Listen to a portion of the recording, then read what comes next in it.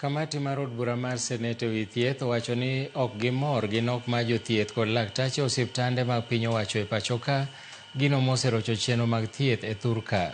Jakom mar kamati no Jackson Mandago mane loso e kar thieth maduong' mar rufaa ma Kakamega owacho ni gibiro bago romo gi duol mayango osach jotij sirikal SRC maneno ni ondike tich kwan momedore mag jothieth e pachoka mangima. Wachneno nosir kod Boniface Mabuko ma en jalup jakomno manowacho bende ni nitie dwaro mar bero okumba mar thieth mar SHA to moloyo ni jotuo mohewore.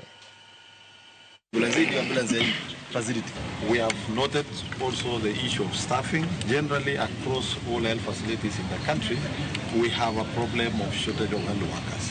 And that is why I say, and as a committee we are saying, we want to have a conversation with the unions, with SRC and Public Service Commission to see what are we going to do to make sure that this shortage is addressed. Because we have trained health workers. Our problem is sufficient resources to employ them on permanent and pensionable basis. And also just one request to SHA management away from Nairobi is one, they need to look at the issue of the policy for SHA, because we have some areas like emergencies and critical ill patients who are already on the ward.